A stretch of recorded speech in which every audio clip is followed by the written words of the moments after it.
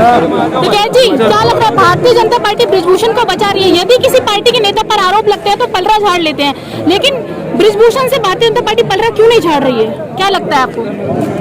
वो बड़ा नेता होगा वहाँ का बीजेपी का। बड़े नेता है ब्रिजभूषण। ब्रिजभूषण खुद को बाहुबली बताते हैं और कह रहे हैं कि एफआईआर दर्ज हो गई है, उठ जाना चाहिए धरने से। क्या महिला पहलवान धरने से उठ जाएंगी? नहीं उठेंगी। नमस्कार, मैं हूं तनु और आप देख रहे हैं नेशन कीपर। 7 मई को राकेश टिकैत ने आह्वान किया था कि वो जंतर मंतर खाप पंचायतों के साथ पहुंचेंगे महिला पहलवानों के समर्थन में। लगभग 2 हफ्ते महिला पहलवानों को जंतर मंतर पर धरना देते हुए हो चुके हैं। लगातार वो अपनी मांगों को रख रही हैं और कल महिला पहलवानों ने खुलकर बताया कि ब्रिजभूषण ने उनके साथ क्या क्या किया। आज खाप पंचायत की बैठक राकेश टिकैत के साथ पहलवानों के समर्थन में हो रही है। मेरे पीछे देख रहे हैं तमाम भीड़ यहाँ पर है। खाप पंचायत की बैठक यहाँ पर चल रही है। जो भी निर्णय होगा वो निर्णय पहलवानों के हक में होगा और पहलवानों के लिए देश के किसान क्या करेंगे ये भी देखना काफी अहम होगा। हमारे साथ कुछ लोग जुड़ चुके हैं, मैं उनसे चर्चा शुरू कर देती हूँ। राकेश टिकैत कूद चुके हैं पहलवानों के समर्थन में। क्या लग रहा है, जिस तरीके से किसान आंदोलन जीत लिया था, ये आंदोलन भी जीत जाएंगे? देखिए, राकेश टिकैत ही नहीं, सारे किसान संगठन जो संयुक्त किसान मोर्चा है और जो गांवों की जो खापों के प्रधान हैं वो भी सब यहाँ पर आज मीटिंग चल रही है। मैं भी भारतीय किसान यूनियन भारत का प्रदेश प्रवक्ता हूँ। देश के अंदर अगर बेटियों पर अगर अन्याय होता है, अत्याचार होता है, मैंने अभी आपको देखा जिस तरह से उन बेटियों ने कल बयान दर्ज कराया और उस नाम को लेते हुए आपको जो है मतलब कितनी परेशानी हो रही थी, तो ये समझ सकते हैं उन पर ये बीती है।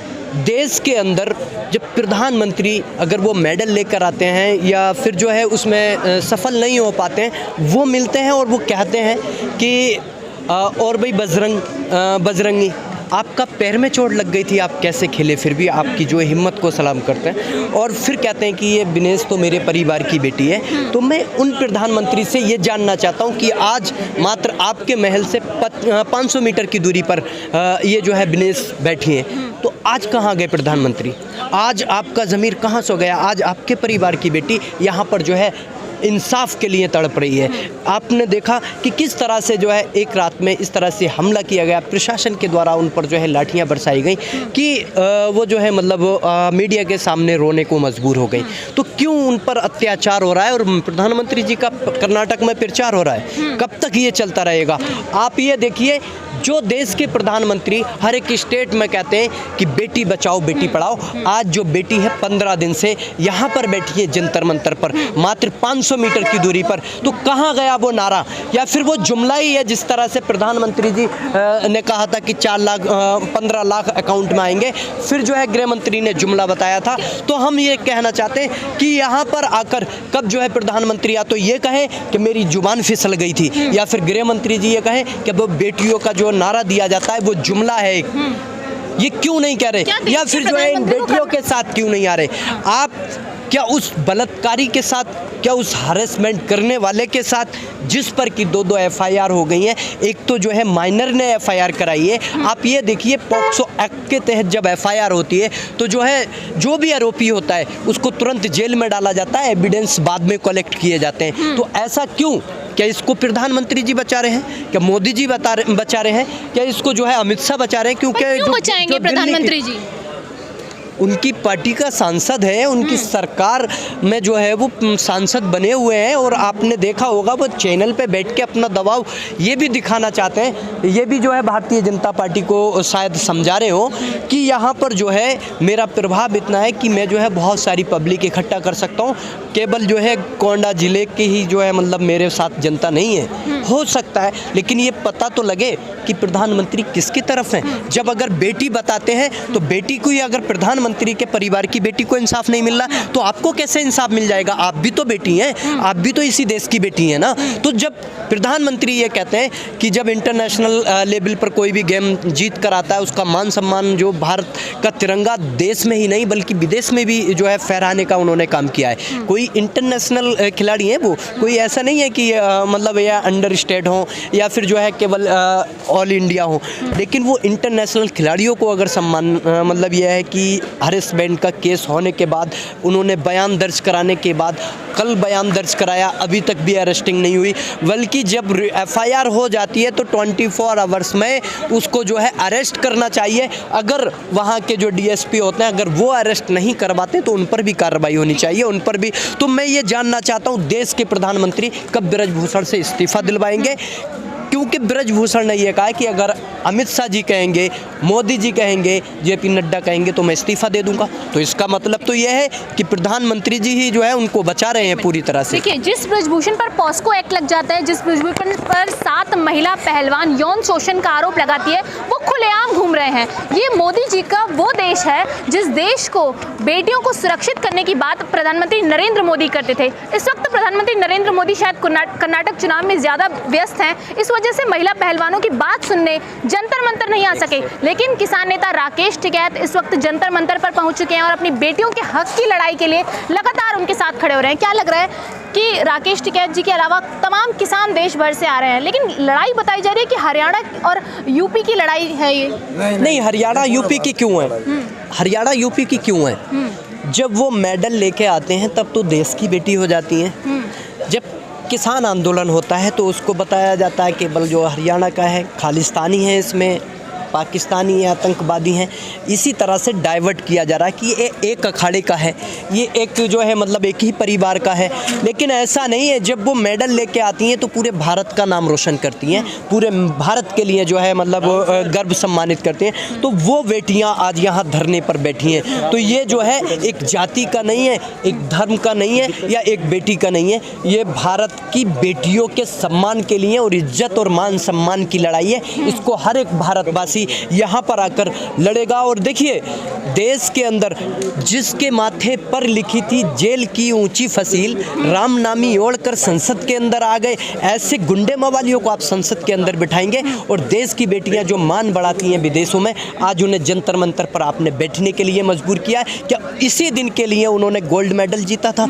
इसी दिन के लिए अपनी उन्होंने जो है मतलब ये मेहनत की है, 10-12 साल 20 साल जो है उन्होंने अपनी जवानी के उसमें लगाएं कि भारत का मान बढ़ाएंगे। और फिर उसके बाद जो है इस तरह से जो मतलब यह है कि फेडरेशन ऑफ इंडिया का जो मतलब चीफ होगा वही उनके साथ गलत करेगा, और वो चीफ पद से इस्तीफा भी नहीं देगा और जो है वो हरेसमेंट भी करेगा सब।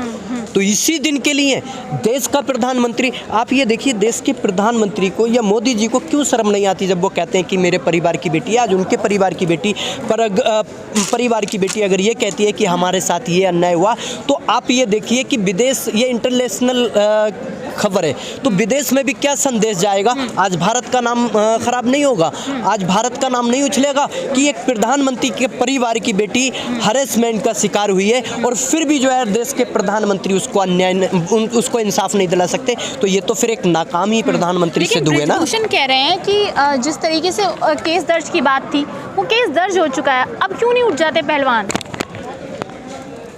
अगर किसी और के किसी के भी खिलाफ अगर इस तरह का मुकदमा दर्ज होता तो वो जेल की सलाखों के पीछे होता। जेल की सलाखों के पीछे जैसे ये पहुंच जाएंगे और पद से इस्तीफा दे देंगे तो यहाँ से पहलवान भी जाएंगे, किसान भी जाएंगे, नौजवान भी जाएंगे। मतलब गिरफ्तारी तक मामला है, बस गिरफ्तारी के बाद आगे कार्रवाई क्या होती है इससे कोई लेना देना नहीं। क्यों नहीं है?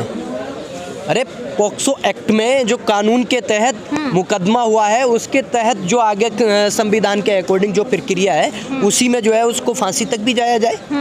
क्यों? अगर फांसी की सज़ा हो तो फांसी तक भी जाया जाए। जो भी सज़ा हो कानून के तहत वो सज़ा होनी चाहिए। उसको जब अरेस्ट कर लिया जाएगा और इस्तीफ़ा दे दिया जाएगा तो ये चीज़ होगी कि हमारी जो मांग है वो पूरी हुई है। और इसमें जो है मुकदमा FIR जो है पॉक्सो एक्ट के तहत हो चुका है पहले ही। अब ये गिरफ्तारी होने के बाद यानी कि प्रक्रिया जारी है, कोर्ट तक आगे बात जाएगी।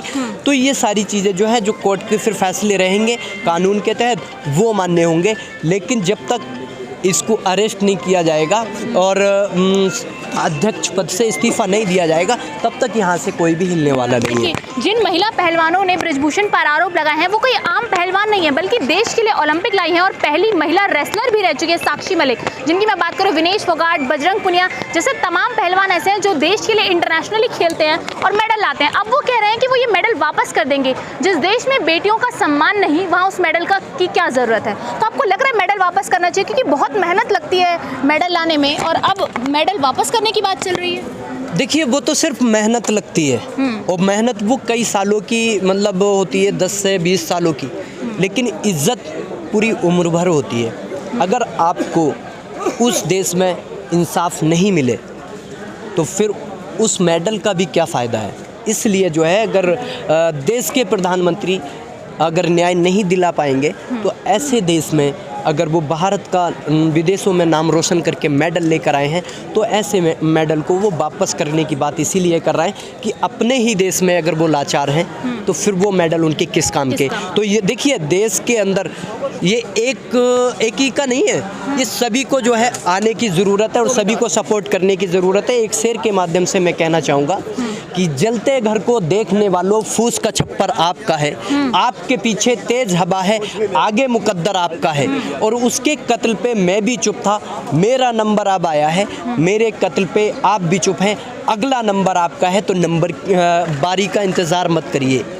ये देश सभी का है और सभी को आना चाहिए। ये सभी के, देखिए, एक समाज की बेटियां नहीं है, 36 बिरादरियों का देश है, और इसीलिए यहाँ पर किसान नहीं बल्कि और सभी भी संगठन के लोग भी, कोई महिला संगठन है, उनमें से सभी जो है यहाँ पर जुड़े हैं, और बहुत तादाद में आपने देखा कि किस तरह से जो लोग यहाँ पर पहुँच रहे हैं। और हर एक की मांग यही है कि जब तक इनको इंसाफ नहीं होगा, हमारी मांगे यही, और हम भी यहीं पर डटेंगे। और मैंने भी कहा था कि सबसे बड़ा हथियार आपका फोगाट यहाँ पर बैठना है। अगर आप यहाँ से नहीं हिले तो सरकार हिलेगी, और यकीनन एक दिन सरकार हिलेगी। सरकार को जो है घुटनों पर आना पड़ेगा और इंसाफ के लिए उसको जो है जेल में भी डालना पड़ेगा। बहुत बहुत धन्यवाद। जंतर मंतर से महज कुछ ही दूरी पर ब्रजभूषण का कार्यालय है। उस कार्यालय में इंडिया टीवी का एक रिपोर्टर जब इंटरव्यू लेने जाता है तो ब्रजभूषण वो कैमरा बंद कर देते हैं और कहते हैं कि ऐसे लोगों को घुसने ना दिया जाए। तीखे सवालों का जवाब ब्रजभूषण नहीं दे पाते हैं, और प्रधानमंत्री नरेंद्र मोदी कर्नाटक चुनाव में व्यस्त है। वहीं देश के पहलवानों के साथ देर रात कुछ भी अप्रिय घटना हो सकती है, ये अंदेशा लगाया जा रहा है। पर देश भर के किसान, राकेश टिकैत, तमाम पार्टी के नेता यहाँ पर आ रहे हैं, पहलवानों से मिल रहे हैं, अपना समर्थन दर्ज करा रहे हैं। तो ऐसी वीडियो मेरे साथ मैं तनु, नेशन कीपर से।